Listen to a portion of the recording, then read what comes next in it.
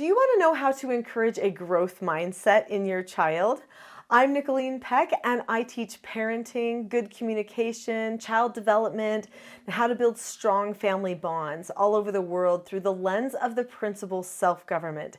And in this video, we're talking about building a growth mindset.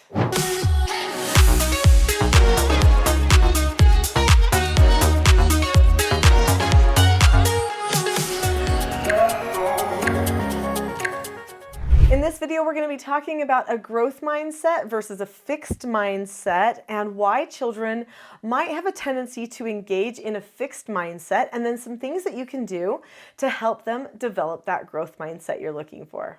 So what is a fixed mindset and what is a growth mindset? That's super important for us to know as we're talking about how to help our children develop a growth mindset. Usually people consider a fixed mindset as something that's rigid, somebody who doesn't like change or doesn't adapt to change very well, somebody who does not like to step out of their comfort zone, somebody who feels anxious about lots of circumstances. People who have a fixed mindset have a hard time accepting mistakes or accepting failures. They also have a tendency to believe that talent is fixed, meaning you can't really improve. So once you have determined that you are good at something, then that's it, you're good. Or if you're bad at something, then that's it, you're bad, which means progression is pretty much stopped. People with a fixed mindset oftentimes feel threatened by people who are successful at other things, and they focus really heavily on trying to prove themselves as successful.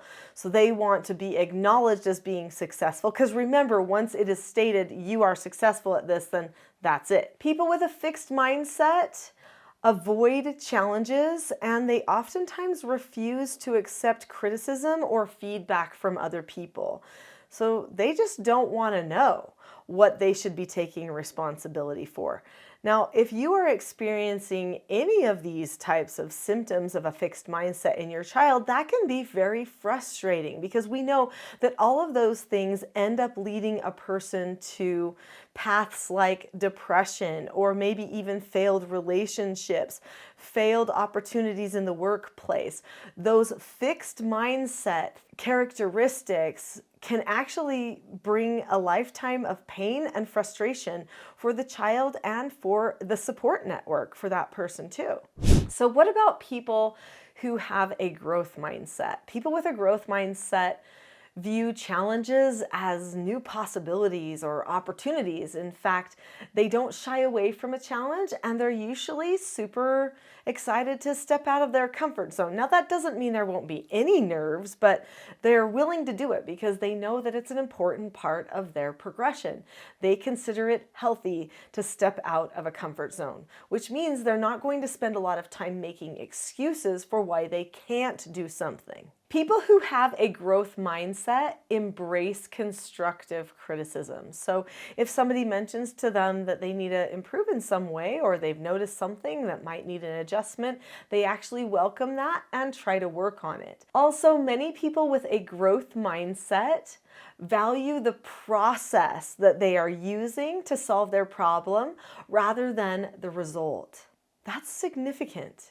They recognize that there are truths or principles in the very process that they're engaging in, even if they don't get their desired outcome immediately, which usually means they have more of an ability to accept delayed gratification.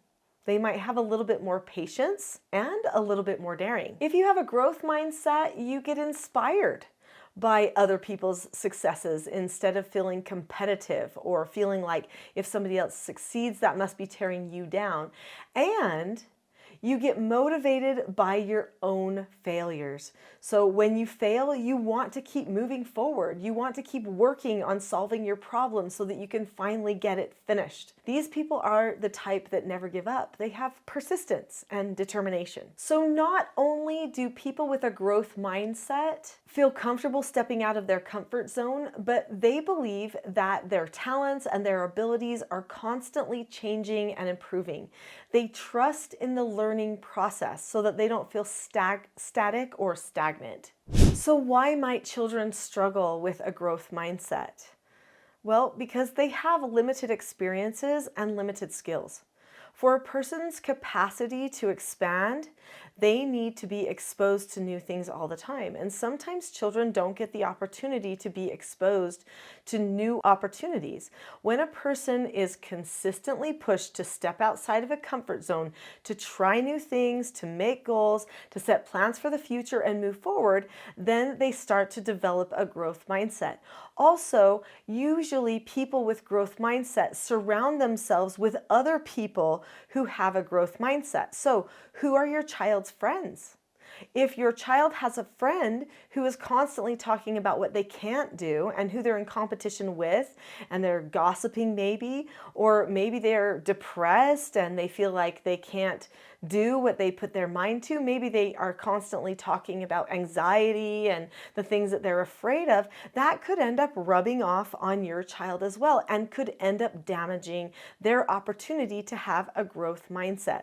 Another thing that could influence a child having a growth mindset is how they connect with other people as well. So there are some people that we might call them a pleaser or an obliger. The obliger type person or the pleaser type person is going to be very aware of what the other people are feeling or thinking around them. And so when those other people are having needs, maybe emotional needs or those types of things, then that other person, that pleaser person, might allow the other person in their life that's having needs or concerns to actually pull them away from making progress themselves. They may stop setting goals or making plans for themselves because they feel like they need to care for another person and they have to put themselves on the back burner. There is a very delicate balance between serving other people and helping other people, but also being able to set plans for yourself and seeing yourself progress forward. There are some very simple things that you can do to help a person learn to progress forward. Let's talk about those things. If you've already subscribed to this Teaching Self-Government channel, then you know that everything here is about self-analysis, making plans for yourself, and then moving yourself forward to becoming the person that you feel like you ought to become. That may sound like a big ask, but really there are little things that you do that make that big impact over time. When a person is self-governing, they know how to recognize a problem with themselves and then plan for a change and follow through with the change. That's basically it. But really that reason why they want to change, that is the thing that matters the most if the person is going to decide to make a change at all. So I teach parenting, I teach family relationships, and one of the biggest things that I talk about is giving the family a reason why that they would care about making changes in their relationships in the first place. Why would someone need to or want to learn self-government to begin with? Well, they need to want to get something out of it. What do most people hope to get out of their relationships? Closeness, connection, support. They want a long-term bond or connection or attachment with the people around them. So as a family, it's a super smart idea to create what I call a family vision. When you create a family vision, this is when your family creates a plan for who they would like to become a certain amount of years in the future. And there's a way where you can create this picture for the future where everybody recognizes that everything they do should point back to that picture of who they're becoming. In this book here, Parenting a House United, I talk about creating a 20-year vision and then how to take that 20-year vision and move it into a system of communication for the family so that everyone is evaluating themselves and consistently moving forward. If you want to know how to create a growth mindset, this whole program, the Teaching Self-Government program, and this book in particular, will help with that. It teaches the skills and principles to teach your children so that they can develop a growth mindset and you can have one too, so that you don't accidentally rub a fixed mindset off on your children. So how do you help your children accept their mistakes and accept successes from other people, step out of their comfort zone, and see challenges as opportunities? Well, teach them how to evaluate themselves. There are 4 basic skills to self-government that I teach in the Teaching Self-Government program. They are following instructions, accepting no answers and criticism, Think of that for a growth mindset. Accepting consequences, accepting that you haven't done something right possibly or something needs improvement, and then disagreeing appropriately, expressing yourself to another person so that they can understand you. Now, following instructions, I didn't take any time talking about that one, but that is the basic of all basics. When a person is truly self-governed, they give themselves instructions and no answers and criticism, and they correct themselves and they communicate well in a disagree appropriately way with other people. When you are helping your child develop a growth mindset, you need to start teaching them how to direct themselves by teaching them the steps they need to do those 4 basic skills. Those 4 basic skills are actually adult skills, and there are many adults that cannot disagree appropriately, accept criticism, or accept consequences, sometimes even follow instructions. We all know people like that. But what would really help them is to figure out exactly what piece of those skills that they're missing.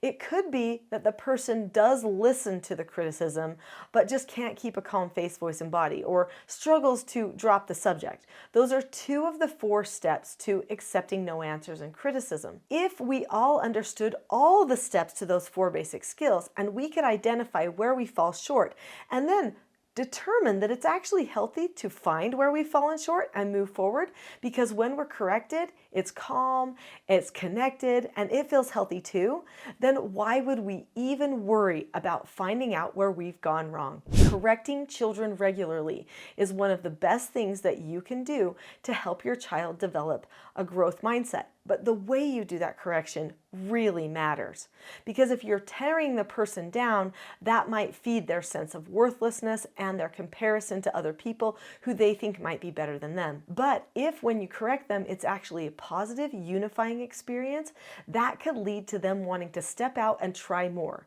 And that brings me to pre-teaching and praising. There are multiple different ways that a parent gives feedback to their children.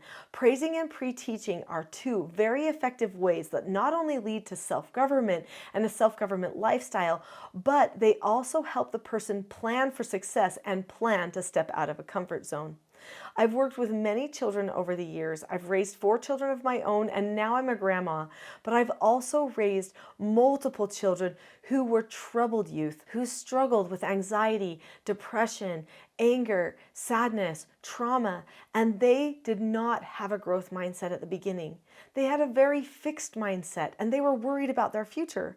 But once we taught them the skills and the principles that they needed for self-government success, they were able to have a change of heart and transform their relationships and their outcomes too. That's what this channel is all about. There is another video on this channel that will go into a lot of the nuts and bolts of the principles and skills of self-government. I highly recommend watching that video next. It's called The Not So Known Secret for Parenting Success. Click on the link to that video now so that you can start learning more self-government for your family.